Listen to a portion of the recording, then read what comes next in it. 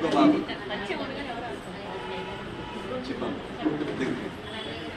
అంటే ఒకరోజు మా రిలేటివ్స్ పిలిస్తే వెళ్ళామండి, తలుపులా వెళ్ళామన్నమాట. మేము ఈ పాపకి చూపించలేదండి, మామూలుగా మెట్లు ఎక్కేసి వెళ్ళిపోయాము.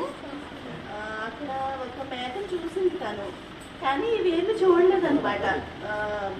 తర్వాత మేము కోళ్ళు తీసుకెళ్ళాము, అవన్నీ తిని చూపించలేదండి. పిల్లల్ని వేరేగా రూమ్లో పంపించేసాం. తర్వాత బిర్యానీ చేసాము. తనకి వెజ్ తింటుంది ఎప్పుడు, చిన్నప్పటి నుంచి కూడా. కాయగూరలు కూడా కొన్నే తినేదండి, ఇప్పటికే అంతే. పప్పు అలాంటివి తింటుంది, ఇప్పటికీ అంతే. అయితే బిర్యానీ చేసాము, తనకి పెట్టేసాము. మేము ఇంటికి వచ్చేసాం. తన మనసులో అదే ఉండిపోయిందండి, అక్కడ నన్ను ఏం అడగలేదు. ఇంటికి వచ్చిన తర్వాత నైట్ 9 అయిందని మా పెద్ద పాప నిద్రపోయింది, చిన్న పాప మాత్రం పడుకోలేదండి.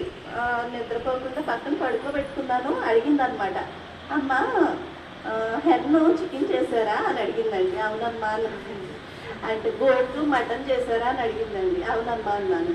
అంటే అమ్మ అవి గోటు గ్రాస్ తింటారు కదా, హెన్ను మనల్ని పడ్డం అలాంటివి ఏం చేయదు కదా, మీరు ఎందుకు అలా చేశారు అని అడిగిందండి. నాకు అప్పటికి 4 years, తనకి 4 కంప్లీట్ అవ్వలేదు, 4 వచ్చింది అంతే. స్కూల్ కూడా జస్ట్ జాయిన్ చేసామండి అప్పుడే. ఇంత చిన్నపిల్ల ఎలా అడిగింది నాకు అర్థం కాలేదన్నమాట.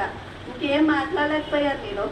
నిజమే కదా, మనం ఇలా చేశాం కదా, అప్పుడు దేవుడికి ఇలాగా మొక్కుకుంటాము, ఇలా ఇస్తాము, చాలా తప్పు కదా అని అప్పటి నుంచి ఎప్పుడు చేయలేదండి. ఇంకా మేము కొన్నాళ్ళు మా అత్తయ్య గారి వాళ్ళు అప్పటికే తర్వాత జానవరికి వచ్చున్నారండి. అప్పుడు తర్వాత మా అత్తయ్య గారి వాళ్ళు మమ్మల్ని తీసుకొచ్చారనమాట జానవరి.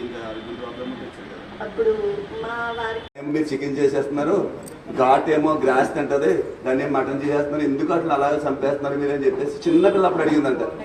అంటే అంత ఈఎంఐ అండి. ఆ తర్వాత నాన్నగారు మీడియాతో రావడం 21 రోజులు నిరాహారిగా ఉన్నారండి. ఇప్పుడు వచ్చే వాళ్ళు ఇక్కడ 21 రోజులు ఏ విధమైన ఆహారం తీసుకోకుండా ఈ అమ్మాయి తలుపులంలో తీసుకెళ్తా వాళ్ళ అమ్మగారు వాళ్ళని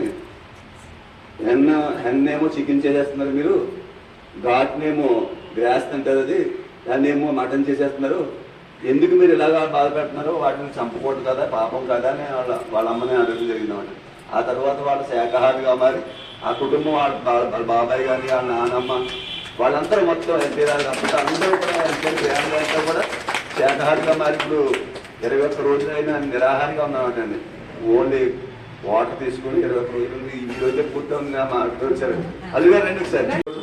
హెల్ప్ అయిపోయింది కదా అందరికి, అవన్నీ కూడా క్లియర్ అయ్యాయండి. ఇప్పుడు 21 days నుంచి ఆయన కోకోనట్ వాటరే తీసుకుని అలా ఉన్నారనమాట. ఇంకేం తినలేదు, ఫుడ్ కానీ ఫ్రూట్స్ కానీ. ఇంకా వాటర్ తోటి ఈ రోజుకి కంప్లీట్ అయిందండి. అన్ని చాలా వరకు అన్ని క్లీన్ అయినట్టే, ప్రాబ్లమ్స్ కూడా. ఆయన ధ్యానం ఎన్నాళ్ళ నుంచి చేస్తున్నారండి? ఆయన ధ్యానం నేను 1 year కంప్లీట్ అయ్యింది. 1 year నుంచి చేస్తాను. సార్ మీ అనుభవం కూడా షేర్ చేయండి రండి.